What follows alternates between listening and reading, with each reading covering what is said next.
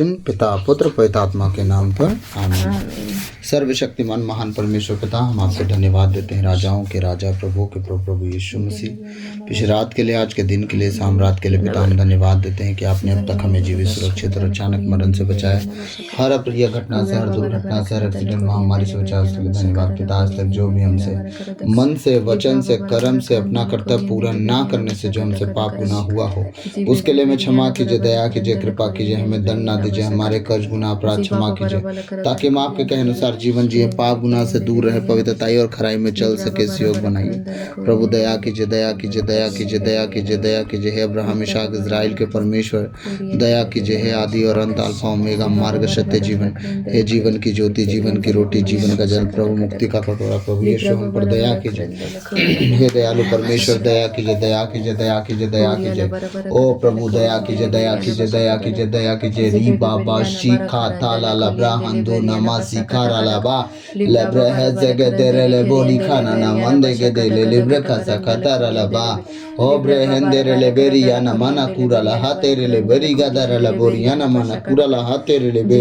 ओ प्रभु इस घर को, अपने आप को, अपने इस परिवार को, और परमेश्वर जितने प्रभु तेरे बेटे बेटी आज सुने, उन सबको, उनके घर परिवार को तेरे परमेश्वर पवित्र हाथों में देता, अपने लहू में छुपा रहे प्रभु। तेरा वचन कहता प्रभु अपने भक्तों के चारों ओर स्वर्गदूतों का डेरा लगाता है। सच में प्रभु हमारे चारों ओर स्वर्गदूतों का डेरा लगाइए, ताकि सिर्फ और सिर्फ हम आपके कहे अनुसार जीवन जिए, पाप गुनाह से दूर रहे, पवित्रताई और खराई में चल सके, इस योग बनाइए। दया कीजिए हे पिता, दया कीजिए हे प्रभु, दया कीजिए, हे अब्राहम इसहाक इजराइल के परमेश्वर, दया कीजिए, दया कीजिए, दया कीजिए, दया कीजिए, दया कीजिए। ओ प्रभु आपकी स्तुति हो, महिमा हो, प्रशंसा हो, बड़ाई हो पिता, आपकी जय जयकार हो प्रभु। आपको धन्यवाद धन्यवाद धन्यवाद कहते, राजाओं के राजा प्रभुओं के प्रभु प्रभु यीशु मसीह, आपके जैसा न तो कोई था, न कोई है, न कोई होगा।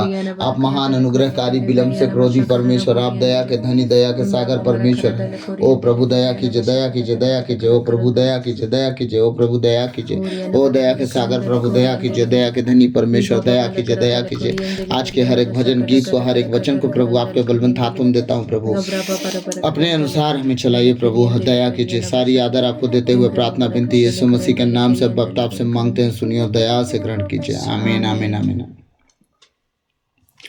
आ तू थाम ले हाथ खुदा, मैं तन्हा हूँ। आ तू थाम ले हाथ खुदा, मैं तन्हा हूँ। कोई नहीं है साथ खुदा, मैं तन्हा हूँ। कोई नहीं है साथ खुदा, मैं तन्हा हूँ। आ तू थाम ले हाथ खुदा, मैं तन्हा हूँ। खाली जीवन टूटा दिल है, आँखों में रहे हरदम। खाली जीवन टूटा दिल है, आँखों में रहे हरदम। अश्कों की बरसात खुदा, मैं तन्हा हूँ। अश्कों की बरसात खुदा, मैं तन्हा हूँ। आ तू थाम ले हाथ खुदा, मैं तन्हा हूँ। जब से तेरा साथ है छूटा, तुझसे दूर हुआ हूँ। जब से तेरा साथ है छूटा, तुझसे दूर हुआ हूँ। दिन भी लगे अब रात खुदा, मैं तन्हा हूँ। दिन भी लगे अब रात खुदा, मैं तन्हा हूँ। आ तू थाम ले हाथ खुदा, मैं तन्हा हूँ। थाम ले हाथ खुदा, मैं तन्हा हूँ, कोई भी एहसास नहीं है, जिंदा हूँ या मुर्दा, कोई भी एहसास नहीं है, जिंदा हूँ या मुर्दा। अश्कों की बरसात खुदा, मैं तन्हा हूँ, बिखरे हैं जज्बात खुदा, मैं तन्हा हूँ। आ तू थाम ले हाथ खुदा, मैं तन्हा हूँ। आ तू थाम ले हाथ खुदा, मैं तन्हा हूँ। धोके अपने खून से यीशु, कर दे आज नया तू। धोके अपने खून से यीशु, कर दे आज नया तू। दे आज नजात खुदा, मैं तन्हा हूँ। दे आज नजात खुदा, मैं तन्हा हूँ। आ तू थाम ले हाथ खुदा, मैं तन्हा हूँ। आ तू थाम ले हाथ खुदा, मैं तन्हा हूँ। गहरे प्यार से तूने प्यार किया, गहरे प्यार से तूने प्यार किया। माँ के गहरा है प्यार तेरा, माँ से गहरा है प्यार तेरा। गहरे प्यार से तूने प्यार किया, गहरे प्यार से तूने प्यार किया। माँ से गहरा है प्यार तेरा, माँ से गहरा है प्यार तेरा। तू धन्य है, सर्वश्रेष्ठ है, तू धन्य है, सर्वश्रेष्ठ है। तेरे जैसा नहीं और कोई,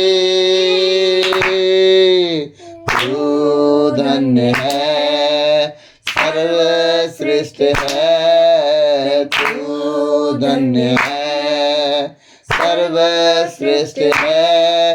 तेरे जैसा नहीं और कोई। Hallelujah hallelujah hallelujah hallelujah hallelujah hallelujah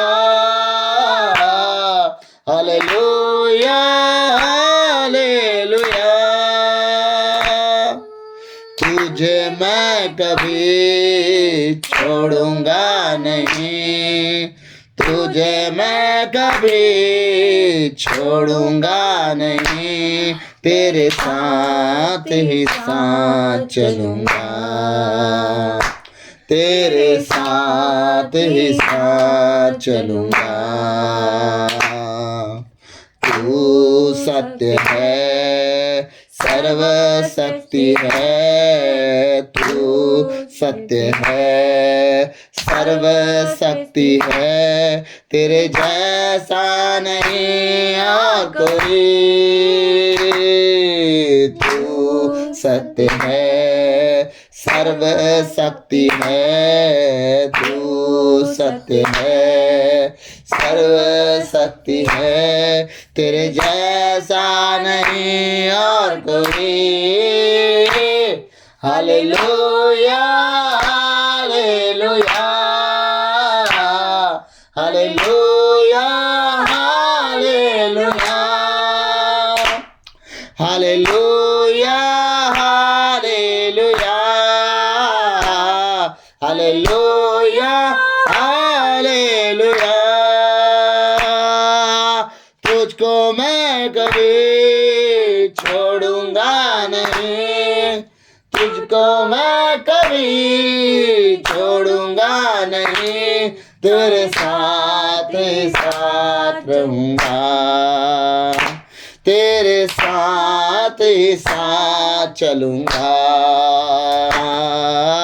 तू सत्य है, सर्वशक्ति है, तू सत्य है, सर्वशक्ति है, तेरे जैसा नहीं और कोई। Hallelujah hallelujah hallelujah hallelujah hallelujah hallelujah hallelujah hallelujah hallelujah hallelujah hallelujah. बोले यीशु मसीह की जय। Hallelujah hallelujah. प्रभु का वचन कहता है, आज हम एस्तर का वचन लेंगे। आज एस्तर और यहूदियों के उपवास के विषय हम थोड़ा सा देखेंगे, ठीक है। तो मेरे साथ निकालेंगे एस्तर अध्याय 4 पद संख्या 1 से लेकर 3 तक और 9 अध्याय का 1 से 3 तक, ठीक है। तो मैं पहले वचन पढ़ दूंगा, इसके बाद शुरू से अंतिम तक की घटना समझाऊंगा, ठीक है। जब मुर्दकै को इन सब बातों का पता चला तो उसने अपने वस्त्र फाड़ लिए, टाट ओढ़ा और अपने सिर पर राख डाली। वह ऊंचे स्वर में विलाप करता हुआ नगर के मुख्य मार्ग से होकर, ठीक है, राजमहल के प्रवेश द्वार पर आया, क्योंकि टाट पहन कर राजमहल में के भीतर जाना मना था प्रत्येक प्रदेश में। क्योंकि ये यहूदी राजा नहीं था उस दिनों में कि राजमहल में नहीं घुस सकते थे, और मुर्दकै यहूदी था, ठीक है, समझिएगा। और राजा छैरस को पता भी नहीं था कि मेरी पत्नी कौन है। उसकी पत्नी जो एस्तर थी वो भी यहूदी थी, लेकिन ये मुर्दकै को पता था, राजा को नहीं पता था। और मुर्दकै बताया भी, बोला भी था क्या बोलते हैं एस्तर को कि कभी बताना मत। देखिए उस समय भी अन्य जातियों को शादी किया जाता था, नहीं कोई फर्क नहीं पड़ता, रानी बनाया जाता, रानी बनाया जाता था। और सबसे सुंदर कौन मिली? एस्तर ही मिली। पटरानी को हर जगह पे एस्तर बनी। कितनी रानियां थी उन दिनों में, लेकिन सोचिए कि परमेश्वर उस लड़की को तैयार करवाया। कितने 1 साल तक तैयार हुई राजा के लिए। वो पहले एक लड़की थी, कुमारी लड़की, फिर वो महिलाओं को सौंपी गई, पाल पोस के उसको मतलब उस सुगंध द्रव्य में ढाल देना, मतलब भाई स्मेल ना आए, बदबू ना आए, राजा के पास जाएगी, है ना। पूरे प्रांतों का राजा है वो, तो कोई भी लड़की उसके पास थोड़ी चली जाएगी शादी के बाद, शादी करने के लिए, पसंद करने के लिए। पसंद आ गई तो शादी भी करेगा, तो राजकुमारी की तरह, रानी की तरह होना चाहिए उसको। तो 1-2 साल तक उनका पालन पोषण हुआ, खाना पीना सब बदल गया उनका, पहनना, पोशाक, नहाना, किस बाथटब को कहाँ से लेना है, सब कुछ, है ना, सब बदला गया। तो वो सारी चीज़ें क्यों? परमेश्वर एस्तर को ही क्यों चुना? यही कारण था जो आज हम विषय देखने जा रहे हैं। राजा छैरस दुनिया में सारी लड़कियों को नहीं चुना। क्या नाम था राजा छैरस? क्या नाम था नहीं पता था। तो समझिएगा कि आखिर छैरस जो था, आखिर उसी को क्यों चुना। अच्छी बात है, सवाल करना बहुत अच्छी बात है। सवाल करेंगे नहीं तो पता कैसे चलेगा कि हम कुछ पूछना चाह रहे हैं। और मैं हमेशा ऑनलाइन भी बोलता हूं कि अगर कोई सवाल होगा तो प्लीज़ कमेंट करें, ठीक है। मैं कमेंट पढ़ता हूं और कमेंट में जवाब तो नहीं दे पाऊंगा, लेकिन नेक्स्ट वीडियो में जवाब दे पाऊंगा उन वचनों का। और समझिएगा ना, तो राजा परमेश्वर सब कुछ पहले से प्लान फिट किया था, क्योंकि यहूदी लोग परमेश्वर के रास्ते से भटक गए थे, जैसे आज हमारे ईसाई लोग प्रभु के रास्ते से भटक गए हैं। वो संसार को पूरा समय दे रहे हैं, प्रभु को समय नहीं दे रहे हैं। ठीक है, वो मार खा रहे हैं, उनके घरों में बीमारियां जा रही हैं, व्यभिचार जा रहा है, नशा जा रहा है, कितने तरह के रोग घुस रहे हैं, कितने तरह के पैसे बर्बाद हो रहे हैं, लेकिन वो प्रभु की ओर नहीं लौट रहे हैं। वो ठीक करने पे लगे हैं। और सब कुछ ठीक कहाँ हो जाता है? कोठरी के अंदर, जब हम कुछ नहीं करते तब। प्रभु कहता है तुम कुछ मत करो, सबसे पहले मेरे राज और धार्मिकता की खोज करो, बाकी सब मैं कर दूंगा, तुम्हें नहीं करना है। लेकिन आज हम सब कुछ करने की चिंता में, शैतान जो चिंता डाल देता है तेरे बिना तो होगा ही नहीं, इस चक्कर में हम पूरा बर्बाद होकर बैठ गए। बार बार प्रभु चिल्ला चिल्ला के कहता है कि खेत के पक्षियों को देखो, गौरैया को देखो, कि वो ना बोती है ना काटती है, लेकिन फिर भी मुझसे खाना खिलाता हूं। तो ब्रदर, पूरी दुनिया के ईसाई बैठ जाएं धरने पे यीशु मसीह के साथ, मैं सच कहता हूं, अगर बैठ जाओगे ना, गैर जाति घर में खाना पहुंचाएगा। ये खुदा है, मुझे विश्वास है। अगर पूरे ईसाई घुटनों पे आ जाए, अपने अपने कोठरी को बंद करके, गैर जाति घर में खाना पहुंचाने लगेंगे। क्योंकि खुदा ने कहा है कि अगर मेरी अनुग्रह की दृष्टि अगर किसी मनुष्य पर लग गया तो पूरी मानव जाति उस पर अनुग्रह करने लगेगी, गैर जाति उस पर अनुग्रह करने लगेगा। तुम्हारे बदले में राष्ट्र राष्ट्र को दे दूंगा, तुम्हारे बदले में देश देश को दे दूंगा। तो एक मार्ग से शत्रु तुम्हारे पास तो आएंगे, लेकिन 7 मार्ग से। इतने वादा परमेश्वर किस लिए किया भाई? हमारे लिए किया है, जो उसके कहे अनुसार जीना चाहते, उस सब के लिए वादा नहीं किया है। देखिए क्या होता है। एस्तर के साथ क्या हुआ? कितने सालों पहले परमेश्वर उसे जन्म दिया होगा, उसके माँ बाप भी नहीं थे, पालने पोसने वाला कौन था, बेटी किसकी बनी, किसकी हुई, कहाँ शादी किया गया, कौन राजा था, पता जात पता नहीं है, शादी हो गई। क्योंकि स्त्रियों की जाति जो थी पुरुष के नाम से जोड़ी जाती है, समझ गया है? उन दिनों में से लेके अभी कुछ सालों तक चला है ऐसा। अब तो भाई अब स्त्रियां अपना सरनेम नहीं बदलती हैं, ठीक है, जो नाम रहता है वो रहता है। लेकिन जो भी क्या बोलते हैं, लड़कियों का शादी होता था उसके पति के नाम से ही नाम जुड़ता है, ठीक है, समझ में आया? तो उन दिनों में राजा पसंद कर ले, क्या फर्क पड़ता है, इसके बाद तो रानी ही हो गई ना।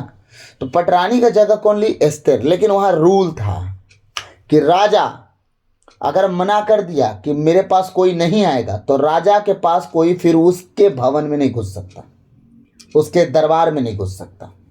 अगर राजा छड़ी अपना राजमहल, वो राजदंड वाला जो छड़ी होता है, अगर वो बढ़ाया तो व्यक्ति बच गया, अगर नहीं बढ़ाया तो मार देने का पूरा राइट्स दिया था सेनापति को, कि अगर बिना मेरी अनुमति कोई अगर प्रवेश कर जाता उसे मार दिया जाएगा। अब हुआ क्या, ये जो राजा था, ठीक है, ये राजा एक हामान नाम का व्यक्ति था जो राजा का मंत्री था, और वो यहूदियों से बहुत जलता था। जलता क्यों था? ये मुर्दकै के कारण। मुर्दकै उस मंत्री के सामने नहीं झुकता था, और मुर्दकै परमेश्वर का जन था, ठीक है। और परमेश्वर के जन सबके सामने नहीं झुकते हैं, हैरू गैरू नत्थु खैरू के सामने। तुम होगे अपने लिए कुछ होगे तो, ठीक है, अपने लिए, अपने जीवन में, अपने पद में तुम तोप होगे, अपने लिए होगे, सबके सामने वो झुकते उगते नहीं हैं। तो मुर्दकै के सामने पूरी दुनिया झुकती थी उन दिनों में, क्या बोलते हैं, हामान के सामने, लेकिन ये मुर्दकै नहीं झुकता था। इस बात से मुर्दकै को लग गई चिढ़, हामान को चिढ़ लग गई। नाम का खेला है, थोड़ा हम नाम बदलते रहते हैं। तो वो हामान को लग गया चिढ़ कि मैं मंत्री हूँ राजा का, ये तुच्छ आदमी मेरे सामने झुक नहीं रहा है। अकड़ के खड़ा रहता था और राजमहल के सामने, कोई फर्क नहीं पड़ता था। और राजा भूल गया था कि यही मुर्दकै मेरी जान बचाया है एक बार, ठीक है। अब हुआ क्या, मुर्दकै को गुस्सा तो लगा ही था, हामान को गुस्सा लगा था। वो क्या किया कि राजा के पास गया, बोलता है कि सुनना, एक जाति है जो तेरी आज्ञा टालती है और उल्टी पुल्टी काम कर रही है। तो बोलता है वो कौन है? राजद्रोह जो कर रहे हैं। बोलता है यहूदी लोग हैं, वो राजद्रोह कर रहे हैं, एक दिन जाके वो हमारे लिए खतरा हो सकते हैं। तो राजा बोलता है कि बता हामान, तेरे नज़र में क्या करना चाहिए? तो कहता है कि तू अपना क्या लिखित प्रमाण दे कि नहीं, एक दिन में सबको एक साथ, जितने इनका प्रांत बसा है ना, एक दिन में, एक ही दिन में सब मारे जाएं, एक दिन में कोई ना बचे, एक जन ना बचे कि राजा का विरोध करने वाला कोई माई का लाल पैदा हो जाए। दानियल के समय में क्या हुआ था, कुछ लोग आए थे ना, जो नहीं झुकेगा आग में डाल दूंगा, है ना, ऐसा कुछ, जो 3 बार जो राजा की उपासना नहीं करेगा उस शेर के मान में डाल दिया जाएगा। सब घटनाएं घटी थी ना, ये प्लानिंग होता है, अभी चल रहा है ना, कुछ नारे चल रहे हैं अभी, है ना, समझिएगा। तो उन दिनों में यही चल रहा था, लेकिन अब हुआ क्या, राजा बोला कि ठीक है। राजा अपनी अंगूठी निकाला, अंगूठी मतलब राजा का शासन, अंगूठी पे मुहर होता था, राजा हामान के हाथ में दे दिया।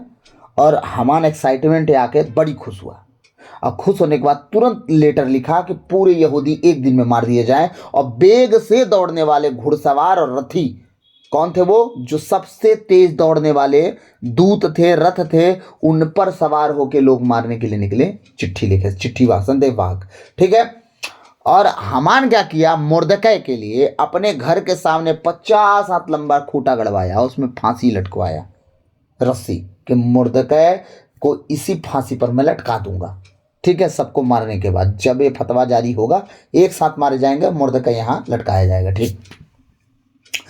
अब हुआ क्या, जब सारी बातें पूरी यहूदियों में फैल गई, यहूदी रोना पिटना शुरू कर दे, तो बात मुर्दकै तक पहुंची। मुर्दकै का वचन हम 4 अध्याय का पहला वचन देखते हैं। वचन कह रहा है, जब मुर्दकै को यह सब बातों का पता चला तो उसने अपने वस्त्र क्या कर लिए, फाड़ दिए। मुर्दकै गुस्सा के मारे दुखी होकर अपना वस्त्र फाड़ दिया कि ये तो मौत का फतवा जारी कर दिया बंदा, ठीक है।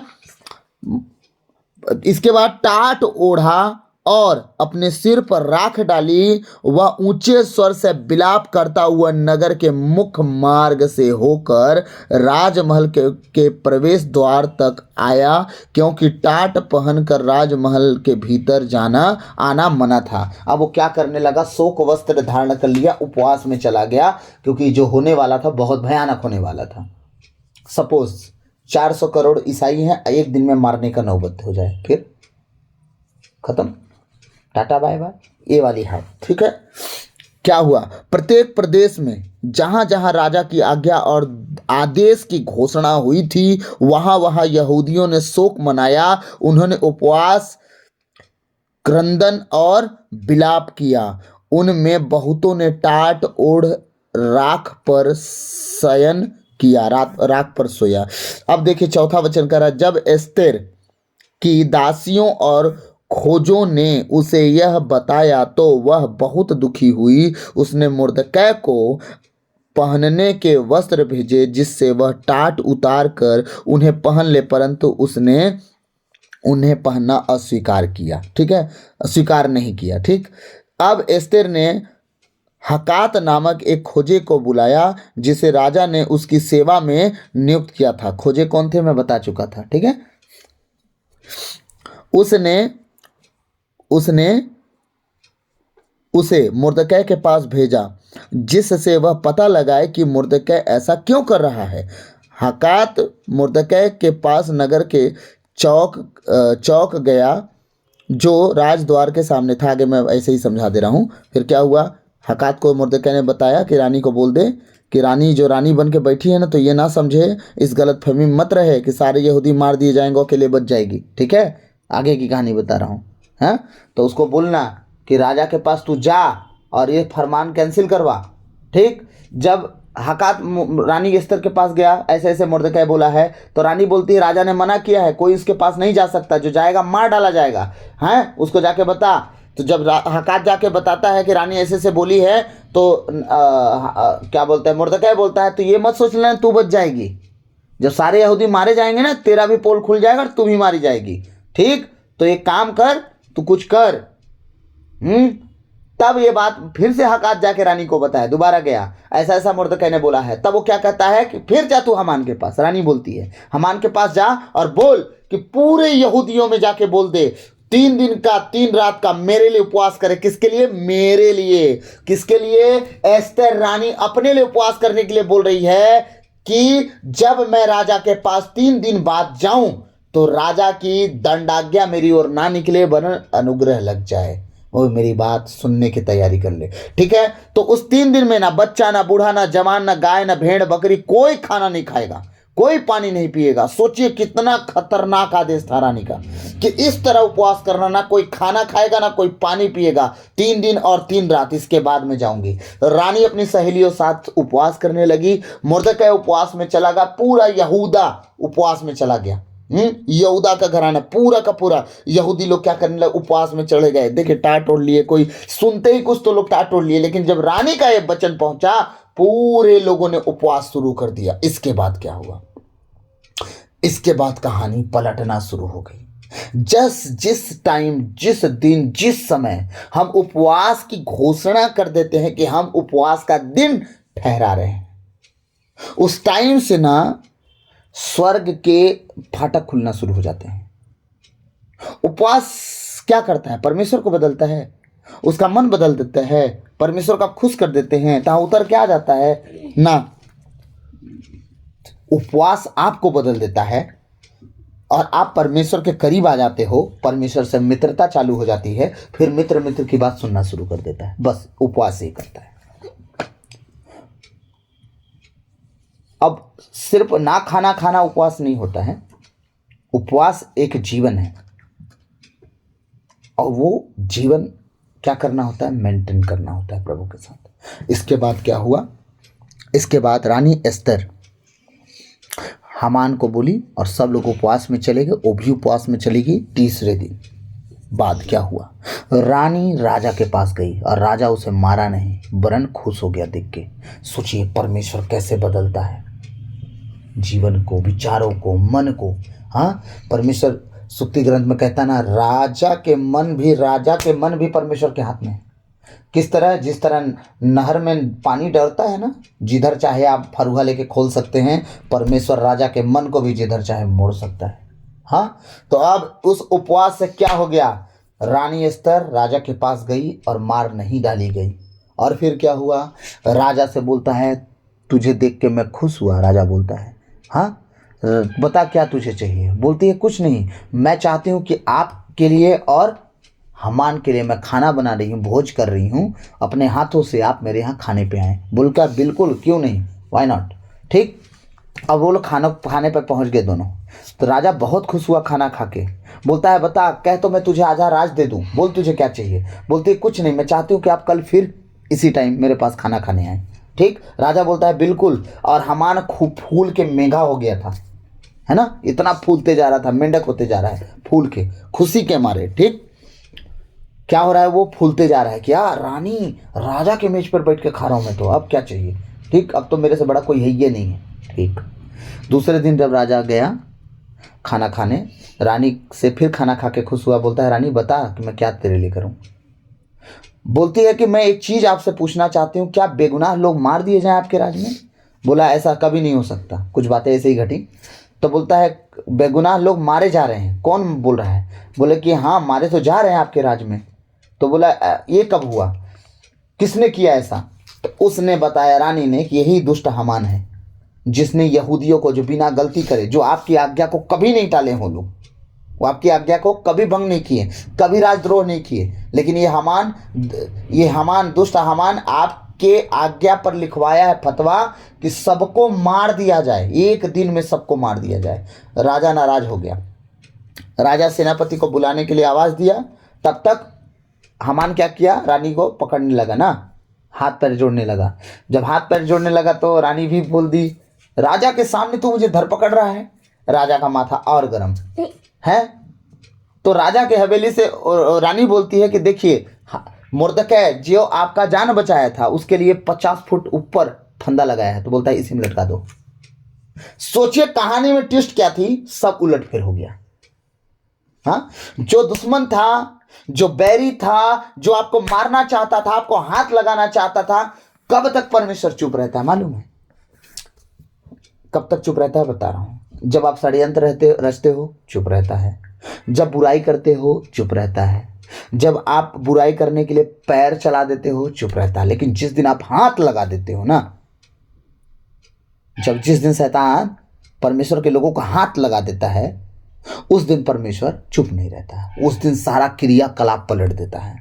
सारा वो उलट फेर की बातें, जितना बुराई करे हैं, जितना वो पीठ पीछे बकवास किए, सब उलट फेर के उनके सर पे ऐसा थोप देता है कि हामान की तरह जिस गड्ढे को खोदे, जिस फंदे को तैयार किए, उसी में खुदा लटका देता और दिखाता किसको है, मुर्दकै को। देख इसी में लटकाए थे ना, लटका दिया। ये है परमेश्वर। और उपवास के कारण क्या हुआ, परमेश्वर राजा कहता है तुरंत फतवा जारी कर एस्तर, जैसा तुझे ठीक लगे वैसा कर। एस्तर फतवा जारी किया, मर्डर कैंसिल। लेकिन जितने लोग हामान के कहने पर यहूदियों को मारने गए थे, अब हम वचन पढ़ेंगे 9 अध्याय का 1 से 3। अदार नामक 12वें महीने के 13वें दिन, जिस दिन राजा का आदेश और आज्ञापात कार्यान्वित करना था, और मतलब उसी दिन सबको मारना था, ठीक है, और यहूदियों के विरोधियों को उन पर हावी होना था, उसी दिन यहूदियों के विरोधियों को उसी दिन हावी होना था। उसी दिन बात उलट गई और यहूदी अपने विरोधियों पर विजयी हुए। जितने लोग मारने गए थे, अब किस्सा पलट गया, अब सारे यहूदी उन्हें मार दिए, विजय हो गए। बल कहां से आया? 3 दिन उपवास करके कौन लड़ लेगा? कुछ समझ में आ रहा है? ये तो योद्धा सूरवीर थे। यहूदी लोग 3 दिन उपवास करके गए थे, पड़े हुए थे, लेकिन जब मारने का दिन जिस दिन था, उसी दिन ये लोग जीत पा गए उनके ऊपर। कहां से बल आया? खुदा बल देता है। कुछ लोग 2-4 दिन उपवास करके सुस्त पड़ते हैं। प्रभु के लोग 40 दिन 40 रात उपवास कर रहे हैं, नया बल पा रहे हैं, उनके मुंह पर प्रकाश चमक रहा है, बढ़ते जा रहे हैं और चमकते जा रहे हैं और बलवान होते जा। कहां से हो रहा है? ठीक है, यहूदी सब नगरों में अपने शत्रुओं और अत्याचारियों पर आक्रमण करने एकत्र हो गए। किसी को उनका विरोध करने का साहस नहीं हुआ, क्योंकि सब लोग उनसे भयभीत थे। प्रदेशों के शासक, छत्र, राज्यपाल और पदाधिकारी सभी यहूदियों से डरते थे, सब के सब। अब ये सारी बातें कैसे हो गई? सारा क्रियाकलाप पलट गया राजा के लिए। पर राजा बोलता है एस्तेर को बता क्या करना है। बोलती है रानी, बोलते हैं यहूदियों को आप छूट दीजिए कि जितने लोग सर्वनाश करने निकले थे उन्हें मारने दे। बोलता है ठीक है। पहले दिन यहूदी मारे, राजा बोलता है अब बता क्या करना है। बोलता है वही आदेश फिर से दे। दूसरे दिन फिर यहूदी मारे। किसको? दुश्मनों को मार रहे हैं। कौन दुश्मन? जो हामान की ओर से गए थे। तो तीसरे दिन बोलते फिर आदेश वही दे। राजा दुखी हो गया, अरे कितने लोगों को मरवाएगी, बस करना है। अब तो क्या करना चाह रही है? बाप रे, परमेश्वर के लोगों पे उंगली उठाएगा कोई और छोड़ दूंगी मैं। अभी तो बाग डोराया है मेरे हाथ में, अभी तो रानी बनी हूं मैं, असल रानी। अभी तो मैं बदला लेने पे तैयारी की हूं, अभी तो परमेश्वर तैयार किया है मुझे। अभी तो मैं अपने आप के अपने उस चोले पे आई हूं जिस चोले को पहन के मुझे पहले तैयार होना था, जिस दिन हामान इस चीज को लिया था आपके हाथ से। हाँ, मैं तो अकेले रह के उल्लू बन गई और आया आपसे अंगूठी लिया और फतवा जारी करवा दिया मेरे लोगों पे। ये है परमेश्वर। जिस दिन आप पर कोई हाथ लगाने की तैयारी कर देता है, उसी दिन परमेश्वर का काम चालू हो जाता है। फिर जो जिस रीति से हाथ लगाने की कोशिश करता है, अगर वो गुप्त रूप से इजराइलियों को हानि पहुंचाना चाहा है, तो खुदा भी उसे सबके सामने मारेगा। परमेश्वर ने कहा जो तुम गुप्त में किए हो वो पुकार पुकार के सबके सामने चिल्ला चिल्ला के बताया जाएगा। वैसे ही परमेश्वर दंड भी देता है। जब गुप्त रूप से आपके खिलाफ षड्यंत्र रचा जाता है, परमेश्वर सबके सामने उसे मारता है। हाँ, हाथ लगाना तो दूर की बात है, हाथ लगाने वालों को तो बख्शता भी नहीं है, वो ऑन द स्पॉट सजा देता है। मजाक ठट्ठा करने वाले कितने बर्बाद हो चुके हैं, कितनों का घर उजड़ गया, कितनों की बुद्धि नहीं खुल रही है। लेकिन याद रखिएगा, बुद्धि इसलिए नहीं खुलता क्योंकि परमेश्वर ने कहा उनकी आंख तो है पर वो देखते नहीं, कान तो है पर मोटे हो गए, सुनते नहीं, उनकी मुंह तो है, जबान तो है, लेकिन वो बोलते नहीं। क्यों? मूर्तियों के जैसे हो गए, उनकी बुद्धि नहीं है। क्योंकि मैं चाहता हूं कि वो मार खाएं, इसलिए परमेश्वर उनकी बुद्धि नहीं देता। ये है हमारा परमेश्वर कि अगर कोई भी उसके लोगों को अगर विपत्ति में दिख रहे हैं, उसके शत्रु घेर रहे हैं, मैं सच कहता हूं कुछ मत करो, ना विरोध करो, ना लड़ाई करो, ना झगड़ा करो, बस उपवास में आ जाओ। उपवास बता रहा हूं ना, परमेश्वर के करीब लेके जाता है। और यही शरीर जो परमेश्वर का मंदिर है, जब आप उपवास में जाते हो तो आपका मंदिर और विराजमान वाला परमेश्वर जो कहता है तुम्हारी आत्मा में, वो शरीर में परमेश्वर का आत्मा निवास करता है। तुम्हारे अंदर जो निवास करता है ना, तुम्हारा कॉन्टेक्ट जो है ना, डायरेक्ट उसी परमेश्वर से हो जाता है।